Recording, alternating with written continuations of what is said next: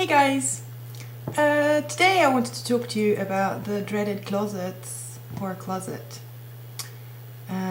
because I always considered myself to be out of the closet, but these last couple of weeks I've climbed even further out of the closet, so I guess I was still kind of inside, maybe like one leg in, one leg out.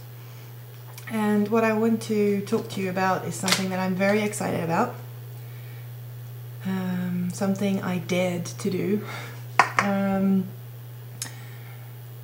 I read in a brochure thingy, or a weekly letter, it's more a weekly letter from my daughter's school, that they were doing activities with the local church, which has always been the case, but this time it was also saying that the church was going to give every child in her class a Bible,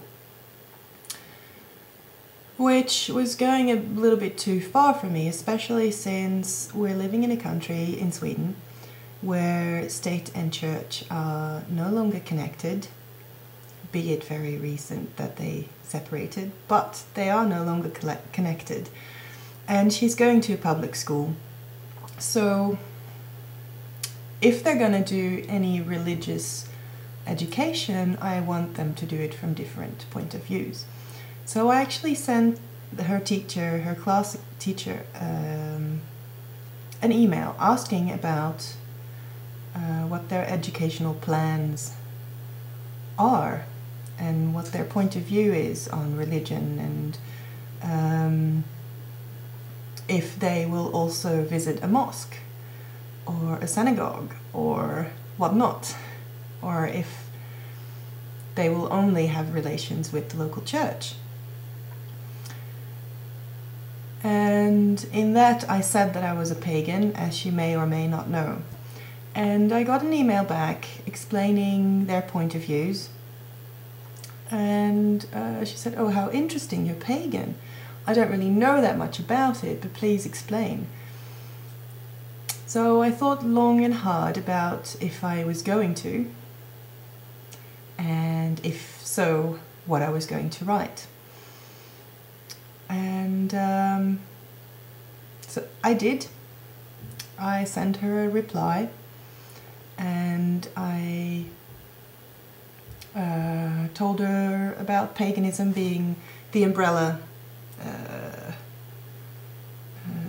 word, and Wicca fitting underneath that, and then explained to her about the wheel of the year and how we see that everything is male and female, or needs both male and female to spring to life and to be nurtured and to receive force, etc., etc. So I explained most of all the duality in nature, and thus in the divine, and the cycle of the year with its year fests. And then in the end I said also something about magic, because I said, well, you might hear my daughter speak about magic, and I explained that to her as a Wiccan version of prayer, where we believe that if we send our intentions into the universe or into the world, those intentions might be able to influence the outcome, which is basically what you do when you look at it very dry. It's basically what you do with a prayer to God as well, if you ask God to take care of something for you. So I sent that to her, and I was very nervous, but I got a very friendly email back, and that was all nice. Since then I've also started wearing my pentacle again. It's very tiny, can you see it? It's like it's woven as a knot, sort of, from silver. It goes under, over, etc. I bought this 10 years ago, and I bought it on a long chain, so that whenever I'm in a situation where I don't want it to be shown, I can put it underneath my clothes. But since I've started wearing it again, I haven't worried about putting it underneath my clothes or not. And it's been very excited to wear it, to be this open about it. Like I said, I always figured myself to be out of the closet, which basically meant that if anybody would ask me what my religion was, I would honestly tell them. And if they wanted, I would explain it to them.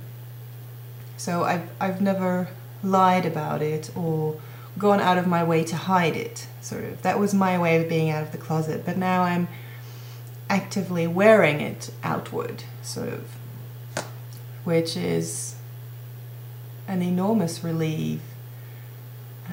And it's very exciting because in every new situation I'm sort of nervous to wonder, oh, what are they going to think? Or what are they going to say? But what I was really surprised about was that the state and religion, so the state and church, didn't start to separate here in Sweden until 1951. Yes. And it wasn't until somewhere around 1990 that the church was no longer the organ that would register the population of Sweden. You know, like a population counting and knowing who everybody is and where they live and when they were born, etc. It wasn't until somewhere around 1990 that that function was taken away from the church and went to the tax office instead. That's like really recent. I was so surprised about that. It's actually quite scary that that's still so close. And I guess one of the answers of my daughter's teacher was also, yeah, it's a tradition that we have a close relationship with the local church, but we do talk about all the other opinions as well, blah, blah, blah, blah, blah. So yeah, I'm not extremely happy with the result, but at least maybe I managed to get them to be conscious about the fact that they're doing that, and it might even be that my email got them to think about how important certain traditions are or aren't, hopefully. So yeah. And now it's 5 seconds over 10 minutes already. So again, it became a really long one. But yeah, this was about being in and out of the closet. And yeah, it's exciting. It really is. And it's strange because I've been a Wiccan for over 10 years now. And I always considered myself out. But apparently I wasn't. So maybe something to think about if you consider yourself out. How out are you? How out are you really? Anyway, that was it for today. I had a thought about another video yesterday and I completely forgot it, and I was really enthusiastic about it, but I forgot what it was going to be.